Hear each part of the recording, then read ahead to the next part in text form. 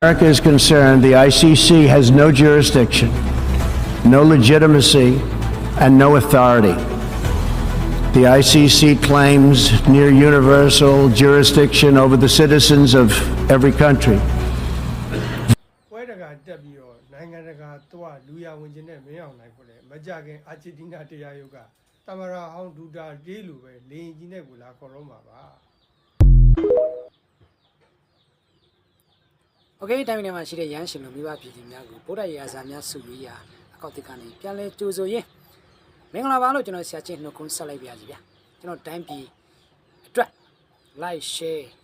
comment repost ညများလူချင်းပါကြောင်းကနဦးတည်ပေးပါစီတိုင်းပြည်ထိပိုင်းခေါင်းဆောင်တွေကို share တယ်ရဟန်းတော်တွေကို share တယ်အမြင်မတူလို့ share တယ်ကိုယ့်ရဲ့နော် personal ကိစ္စရ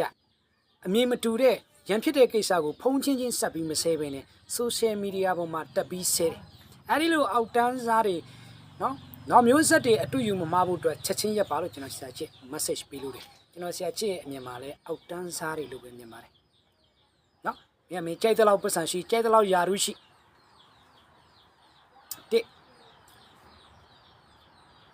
မေစုနော်အကယ်၍များ ICC မှာဖောင်းရမ်းပါခဲ့ရင်ဥထင်ကျော်တို့ပါခဲ့ရင်တမလို့ထောက်ခံတဲ့သူတွေယခုလက်ရှိ NASA ကအစိုးရထောက်ခံတဲ့သူတွေကနော်ယခုအာဂျင်တီးနားကဗိုလ်ချုပ်မှုကြီးဦးမင်းအွန်လိုင်းကိုဖောင်းရမ်းထုတ်လို့ပြောနေကြတဲ့လူဦးတော်လိုင်းရေးထောက်ခံသူသို့မဟုတ်အမေစုထောက်ခံသူတွေ ਨੇ မတူဘူးဗျ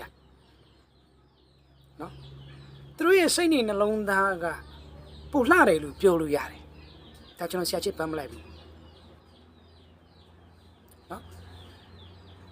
ကိုယ်နိုင်ငံရဲ့ခေါင်းဆောင်ဘယ်ခေါင်းဆောင်ဖြစ်ဖြစ်ဟုတ်လားသူတို့နိုင်ငံက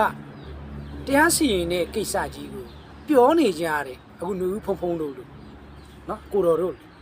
အခြားသောနိုင်ငံရေးသမားတွေလို့အခြားသောနော်အမေစုထောက်ခံတဲ့သူတွေလို့လုံချင်းဟာအမ်တန်မှရှက်စရာကောင်းတဲ့ကိစ္စဖြစ်တယ်သမိုင်းမတန်းနေနော်ယခု NUG တို့မြို့တော်လိုင်းထောက်ခံတဲ့သူတွေအားကိုးတဲ့အမေရိကန်လိုသမ္မတကတော့ဟုတ်လား ICC no justice တရားမျှတမှုအတွက်မဟုတ်ဘူးတရားမျှတမှုမရှိဘူးတခြားတိုင်းပြည်တွေရဲ့နော်